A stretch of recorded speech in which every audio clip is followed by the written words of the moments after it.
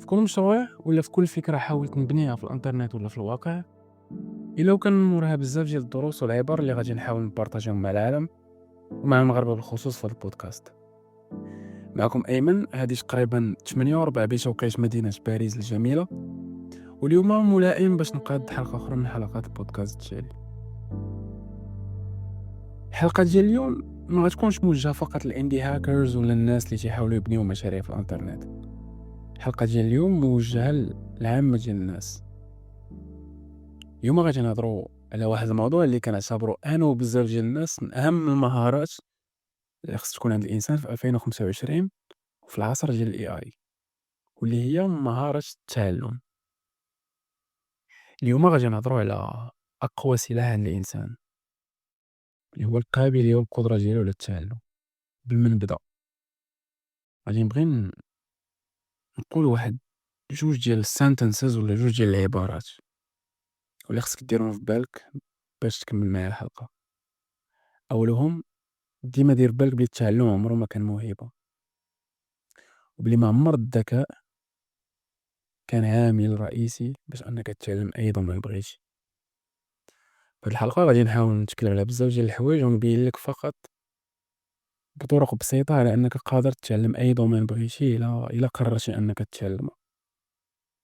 وبلي العلم اكثر من اي وقت مضى ووقف معك وكيقول لك ان الانسان غيبقى يتعلم بكفاءه من البدايات ديالو كطفل صغير وهو كيتعلم ابجديات المشي حتى لاخر يوم في حياته يقدر يبقى يتعلم بنفس الكفاءه. العلم كيقول لنا بلي كل واحد فينا عنده واحد القدرة عجيبة باش يشكل دماغه من جديد، واللي كتخلينا نتعلمو بكفاءة. وهاد القدرة هي ولا سميتها neuroplasticity أولا الليونة العصبية. اليوم غادي نغوص معاك في كيفاش كنخدمو هاد القدرة هادي، وغتكتشف معايا كيفاش نقدرو نتعلمو أي حاجة بسرعة وبذكاء. داكشي علاش غادي نبداو بالتعريف ديال التعلم. وشنو هو التعلم؟ التعلم خلافًا للتعريف السطحي ديالو اللي كاين عند العامة ديال الناس، ماشي هو فقط أنك تحفظ وتشد المعلومة وتبقى تعاودها 20 مرة وتحاول ما تنساهاش. التعلم هو أعمق بزاف من هاد التصور هذا، وواحد العملية بيولوجية معقدة كتوقع في الدماغ ديال كل إنسان فينا. يعني كل مرة كتحاول تدخل شي معلومة جديدة فدير في بالك بلي راه شي حاجة لداخل فيك كتغير. بالمعنى الحرفي دماغك كيتبدل، دماغك كيولي فيرسيون متطورة منك updated مجهدة كل مرة كتعلم فيها شي حاجة جديدة. ومبسطًا عمليًا التعلم تيمر من 3 ديال المراحل مشراطة بيناتهم. يعني وحنا كنتعلمو راه تندوزو من واحد 3 المراحل كاملين. أولهم الترميز ولا الencoding. في هاد المرحلة فين المعلومة كتدخل لينا أول مرة للدماغ، مثلًا ملي كنكونو كنتفرجو في شي فيلم ولا كنسمعو شي درس في لافاك في لونفي ولا شي كور في يوتيوب، وفي الوقيتة في اللحظة فين كنركزو فراه كتدخل واحد المعلومة كيكابطيها الدماغ. يعني دير في بالك بلي المعلومة اللي كتنتبه ليها واللي كتركز معاها هي الأولى كتدخل. يعني من الآخر فالانتباه هو البوابة ديال التعلم الأولى. المرحلة الثانية وهي storage ولا التخزين. هنا تيدخل الدور ديال التكرار والترابط. بمعنى آخر دير في بالك بلي الدماغ ماشي ديسك دور بحال الديسك دور اللي في الأورديناتور. الدماغ هو واحد السيستم عنده واحد طريقة تخزين المعلومات مختلفة، واللي هي كتتم عن طريق دوك الروابط ما بين الخلايا العصبية اللي في الدماغ ديالنا. بمعنى أن كل مرة كنراجعو فيها إلا وكنربطو واحد الفكرة بفكرة قديمة بفكرة اللي شفناها يومين هادي، وهاد الروابط مع الوقت والتكرار كتصبح أقوى. وشنو معنيت كتصبح أقوى؟ معنيت أننا كنزيدو نفهمو داك الconcept اللي كنحاولو نتعلمو. غنعطيك مثال من الحياة الواقعية ديالك. تخيل معايا تحولتي لبلاصة جديدة، ومن ديك البلاصة الجديدة غتبغي تنتقل لمقر العمل ديالك. المرة الأولى وأنت كتنتقل لبلاصة فين كتخدم فراه كتكون صعيب عليك أنك توصل بواحد الطريقة efficace. يعني تقدر تغلط في الزنقة، تغلط في المترو، تغلط من الشارع. ولكن مع التكرار والمعاودة ديال هاد العملية هادي فراه كتثبت ليك في دماغك وكيولي الطريق واضح وساهل لخدمتك. المرحلة الثالثة في التعلم وهي مرحلة الاسترجاع ولا الretrieval. هنا كتولي قادر أنك تخرّج لانفورماسيون ولا المعلومة على أي concept تعلمتيه في الوقت اللي كتحتاجو فيه بكل سهولة. نعطيك مثال ديال مثلًا طبيب، ملي كتمشي عندو وكتبدا تشرح ليه في الأعراض ديالك وباش كتحس، فراه هو بواحد الطريقة أوتوماتيك بالزربة تيقول لك أشنو عندك، وتوصف لك الدوا اللي خصك لديك الحالة ديالك نتا. وهاد الشي ما جاش صدفةً بل جا عن طريق واحد السنوات ديال العمل وسنوات ديال التطبيق في دوك العلوم اللي كندرسها قبل. مثال آخر لعملية الretrieval هو مثلًا ملي كتمشي دوز شي مقابلة عمل والمشرف ديالك تيسولك على الdomain ديالك ولا على شي concept في الdomain ديالك وكتجاوبه بسهولة. هاد الشي كيبين للمشرف ديالك بلي راك متمكن وضابط المعارف ديالك مزيان.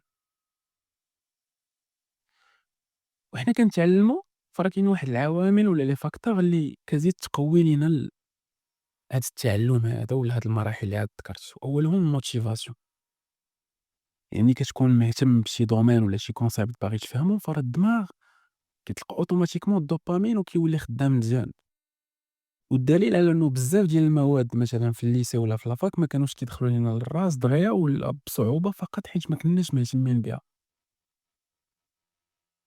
تاني فاكتور هو التركيز، حنا عايشين في واحد العالم فيه ملايين distractions والتركيز ولا صعيب بزاف على الناس. ولكن اون فوا كتحبس داك التليفون كتسد لي نوتيفيكاسيون كتجلس في بلاصة فيها السكات فراه الدماغ كيدخل في واحد الحالة ديال الفلو والdeep work اللي كيخلي عملية التعلم أسهل. الفاكتور التالت واللي هو أهمهم هو النعاس. ملي كتنعس مزيان وكتدخل سورتو في الحالة ديال النوم العميق فراه المخ تيعاود يorganiser الميموار ديالو وكيمسح المعلومات اللي ما عندك ما دير بها وكيثبت المعلومات اللي انت ركزتي عليها وبغيتيها تبقى. نقدر نضيف على النوم حتى السبور والمشي بالخصوص وحتى الماكلة. ملي كتإليميني السكر وكتإليميني الfast food فراك كتزيد تقوي العملية ديال التعلم ديالك وكتخليها ساهلة بزاف. باش نلخص الchapter الأولى تخيل معايا بلي راه في دماغك نتا عندك billions ديال الخلايا العصبية وكل خلية كدير رابط ولا كترسم واحد الخط ولا طريق ما بين آلاف الخلايا أخرى. بمعنى آخر وببساطة فراه كل معلومة جديدة كتدخلها لدماغك إلا فراك كتقاد وتترسم شبكة جديدة في دماغك. بعبارة أخرى راه تعطي نسخة أقوى من دماغك وversion اللي أقوى من دماغك. يعني التعلم ماشي شي حاجة اللي شي معلومة كنحفظها باش ما ننساهاش ولكن هو واحد الoperation ولا واحد الprocess اللي كيخلينا نصنعو واحد النسخة مجهدة من الذوات ديالنا. في chapter 2 غادي نحاول نشوف معاك بعض لي تكنيك اللي غتخلي l'apprentissage ديالك ولا التعلم يكون smart وبالزربة. من عرفنا كيفاش الدماغ كيتعلم وذكرنا كاع دوك المراحل ب3. دابا غادي نذكر لك 5 ديال لي تكنيك اللي مدعومين علميًا باللي وتيقولوا بلي راه الدماغ كيولي يتعلم بالزربة وبذكاء وأنت كتخدم هاد لي تكنيك.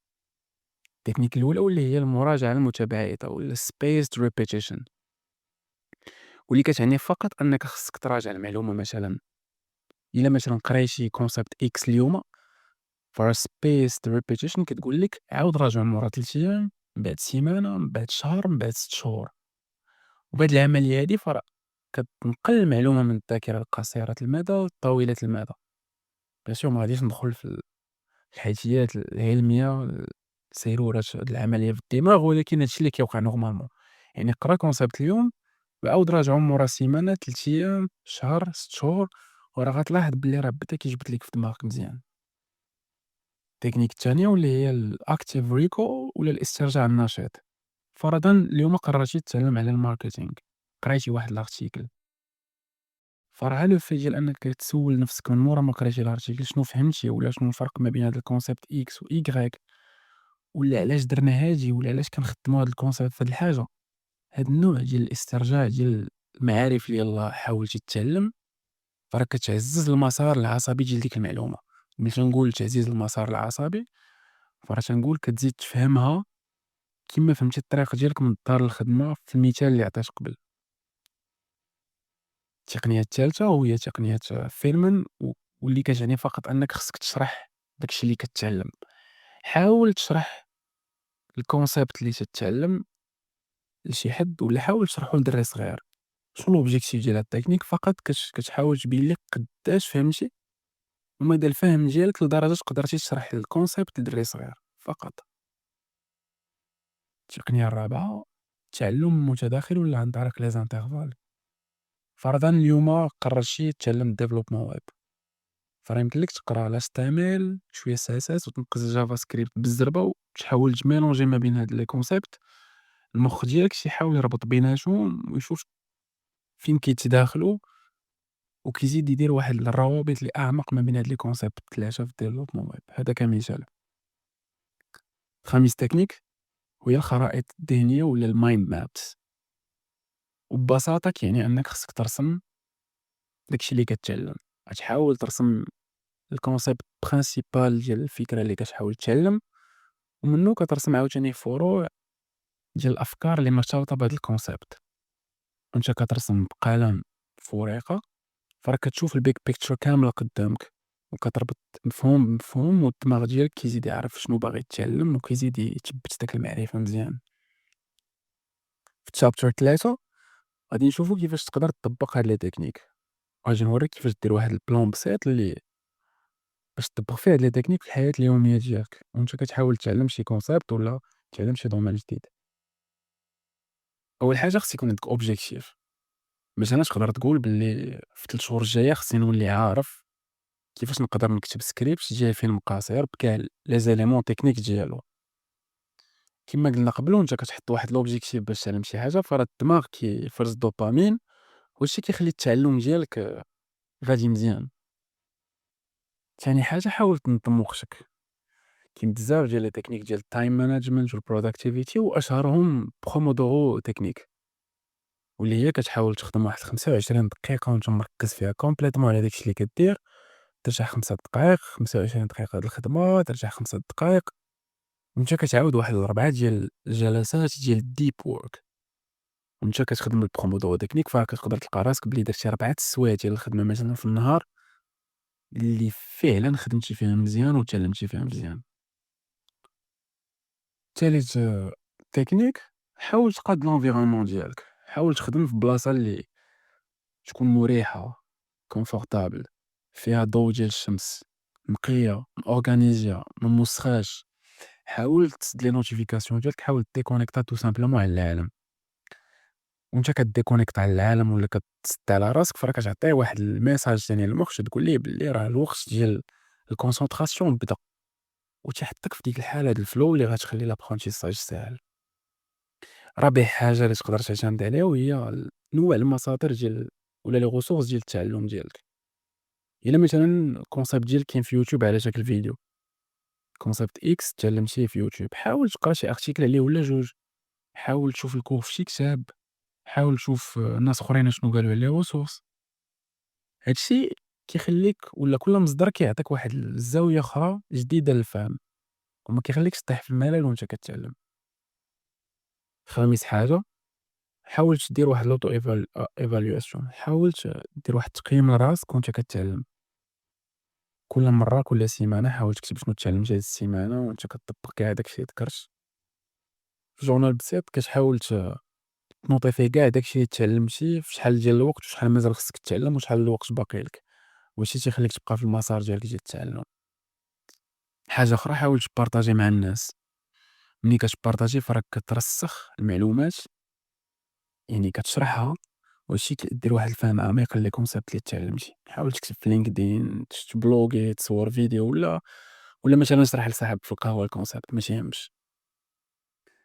وأنت كطبّق هاد لي تكنيك وأنت كتابع معايا هاد الحلقة كنبغيك تستذكر بلي دماغك راه flexible وراه متجدد وقابل أنه يتطور في أي مرحلة من مراحل الحياة ديالك.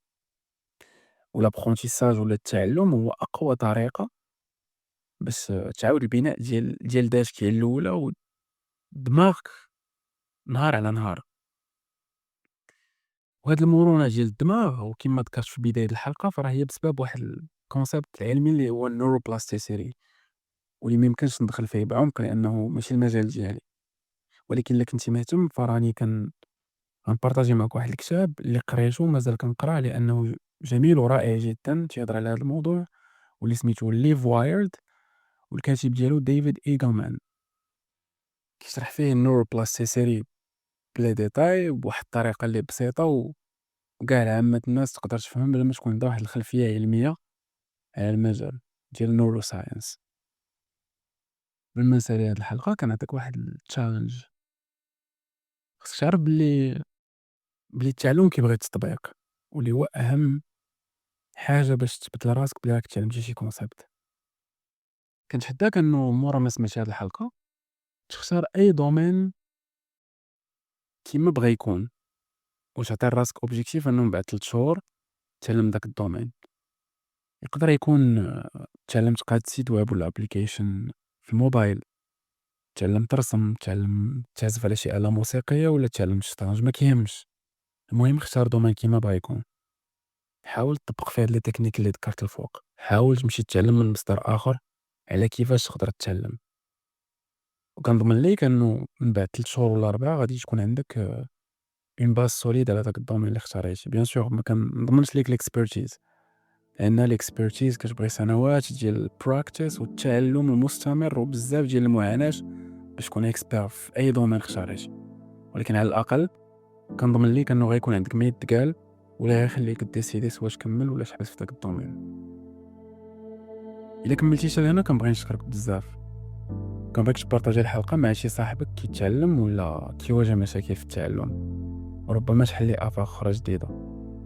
كنطلب منك أنك تخلي لي كومونتير ولا فيدباك باش أنا نتعلم منه ونأدابتا لي زيبيزود الجايين على ودك.